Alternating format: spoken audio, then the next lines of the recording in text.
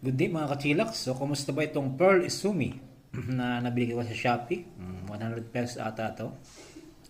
Kumusta ba siya after 1.5 years na gamit-gamit natin? So, ito, minsan nakita ko to sa mga tindahan sa mga local shop, minsan 150. So, yung tela niya, so, sakto din naman. Sa presyo, tama lang siguro naman. Oh. Pero after almost 2 years, ito na siya. Yan. So yung kanyang hawakan, yung kanyang mga finger, labasan ng mga daliri natin, ito, yan o. Bumubuka na siya. Ayan. Tapos, syempre, kalalaba, inaabot ng ulan, nabudumihan, napuputikan, ito. Yan, nanunutot na, naninisnis. Syempre, kagamit natin. So, kahit mga twice a week lang tayo magbike. So, ito na yung output niya ngayon. So, kung quality ba?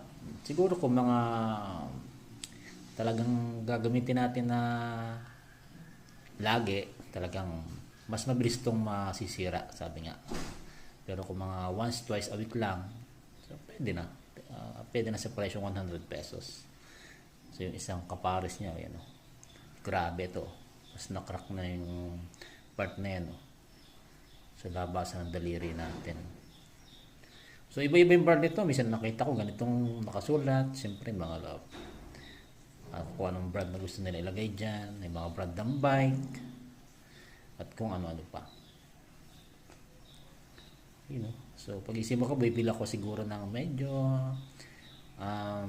isang klaseng gloves na baka na magtatagal ng mga 3 years or 4 years. Kaya nung isa kong gloves dati na mas maganda yung kanyang palm rest dito. Mas maganda yung kanyang padding. So, mas sulit yan. Yay!